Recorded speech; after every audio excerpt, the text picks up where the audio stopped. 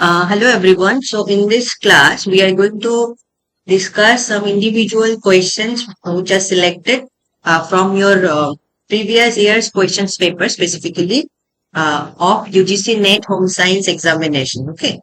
So some questions are going to probably new for you. Some topics are could be very new to you, but who are under the course, definitely each and every syllabus will be covered within the syllabus, which are the topics. Definitely everything will be covered. तो जो भी course में हो और नहीं भी हो, in this class also we are going to explain each and every question जो भी दिया हुआ है वो भी एक्सप्लेनेशन मैं करूंगी and whatever the answer and why the answer are individually that individual option will be I will explain. Okay, so we will going to start from now only. So here is the first question. Try to study it properly. So in the first question you can see that here it is. So arrange the following steps of Sandhu's mode of extension program planning in the correct sequence. So this is the question from 2025 only, the last name. So if you have sit for that exam already, so you definitely going to know the answer. And if not also, then also just try to understand and answer. Okay. So बोला गया है कि संतोष model में extension जो programme है what are the sequence, तो जो भी here are the steps, जो भी steps दिया गया है वो एक proper sequence पे आप assemble करोगे. Here are the options according to that. So the option A is planning process. The option B is execution and evaluation of work. The option C is preparation and written statement of situation, objectives, problem and solution. The option D, organizing for planning. So here planning process, organizing for planning. So try to understand. Then preparation of plan of work containing information about goals, places, teaching, procedure. Okay. So now here are the option. So option C, option A, B, C, D. According to that, the sequence are given. So जो भी option आपको लगता है, according to that, you will be answering, and definitely after I will show the answer and also explain that what individual option is the correct answer only. Okay, because see, these topics are very important as this question has already been asked by UGC in the last examination of 2025 December cycle only, right? तो इसीलिए question को समझना बहुत जरूरी है क्योंकि तभी आप आंसर भी याद रख पाओगे. ये कोई रटने वाला चीज नहीं है. Okay, so here is the answer which is option A, that is C, A, E, D and B. So why so, इसमें क्या बोला गया है? Now I will explain the answer.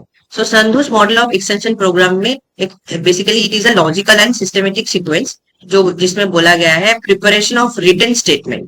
First तो आप एक प्रॉपरली डॉक्यूमेंट मतलब जो भी सिचुएशन है, करंट सिचुएशन, जो भी प्रॉब्लम्स है एंड उसी के अकॉर्डिंग क्या ऑब्जेक्टिव्स होना चाहिए वो प्रॉब्लम को सॉल्व करने के लिए वो आप देखोगे. तो for the first individual step is basically to analyze the situation and then document the information that what are the needs, what are the issues are there and what exactly has to be the objectives to solve that individual problem. Basically what are the solutions. Okay, so this is a foundation of your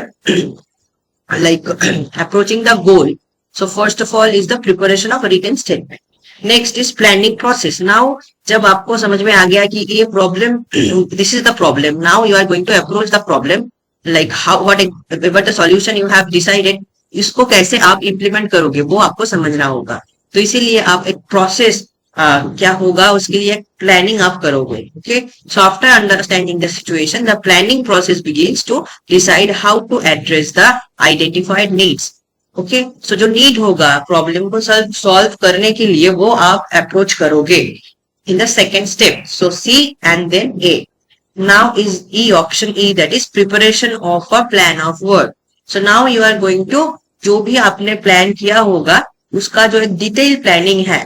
for example आप ले लो एक individual area में जो भी probably rural area, basically extension education is X and tension means there is no formal education. This is basically an informal education. अगर आपने definitely within our course we have in the new session also we are going to we have the basic idea we have already provided to you. तो आपको पता होगा extension का मतलब भी क्या है, ठीक है। तो अकॉर्डिंग टू दैट ऑल्सो अगर बोला फॉर एग्जाम्पल एक टीचिंग गोल आपने सेट किया कि कुछ बच्चों को आप इनफॉर्मल एजुकेशन दोगे, बेसिकली आप उन लोगों को लिटरेट बनाओगे, ठीक है। अब ऐसा भी हो सकता है एक एरिया में कोई भी लिटरेट नहीं है, खुद का नाम भी नहीं, they are unable to even write their own name. तो वो अगर है तो क्या आप फर्स्ट ऑफ ऑल प्लान क्या करोगे कि कैसे ग्रुप में उन लोगों को समझा के आपको एक जगह पे लाना है कि वो इंटरेस्ट ग्रो में हो कि कैसे लिखना है, कैसे जानना है, उसके उसी के लिए। तो उसमें एक प्रॉपरली एक लोकल लीडर को आपको समझाना होगा, देन एक प्रॉपर प्लेस आपको अरेंज करना होगा। Arrange means nothing but for example like under the tree, but एक टाइम तो एग्जैक्ट होना चाहिए ना जहां पे सब आए एंड देन आप स्टार्ट करो। तो इसी के लिए थोड़ा बहुत जो प्लानिंग होगा, टाइम क्या होगा, क्या क्या लगेगा, पेन और पेपर, वो वो स्पेसिफिक गोल आप सेट करोगे। टीचिंग का मेथड क्या होगा, क्या वो ऑडियो विजुअल होगा और ओनली विजुअल होगा, ओके, तो वो आप सेट करोगे। देन लोकेशन क्या होगा, प्रोसीड्योर क्या होगा, वो आप देखोगे। तो the preparation of plan of work is basically the need, like how exactly what are the needs like by which you can implement the plan, okay। तो according to that वो आप करोगे। then option D, organizing for planning. Then जो भी resources लगेगा, resource personal हो गया, जो भी whatever I have already mention like pen and paper, the personal who are going to teach, okay, जो भी इंडिविजुअल रिसोर्सेस बेसिकली नीड होगा वो आप एक प्रॉपर प्लान ऑफ एक्शन के बाद वो एक ऑर्गेनाइजिंग मोड में आप आ जाओ। मतलब बेसिकली इधर आपने सोचा कि पेन एंड पेपर लगेगा एंड ऑर्गेनाइजिंग स्टेप में आप क्या करोगे, जाके पेन एंड पेपर खरीदोगे। I think this much is clear. Then execution and evaluation of work. Now you are, जब सब इकट्ठा हो गया, जो भी रिसोर्सेज आपको मतलब नीडेड था, तो आप एग्जीक्यूट करोगे प्रोग्राम को। एक प्रॉपर एक ऑडियो विजुअल हो गया और प्रोबेबली एक बोर्ड एंड पेपर जो भी हो गया, वहां पे भी ऑडियो मतलब अगर विजुअल है, अगर आप चाहे तो एक प्रॉपरली एक प्रेजेंटेशन टाइप का भी हो सकता है कुछ, ठीक है। तो वो आप देखोगे एंड उसमें आप अकॉर्डिंग टू दैट आप एड ऑन करते जाओ।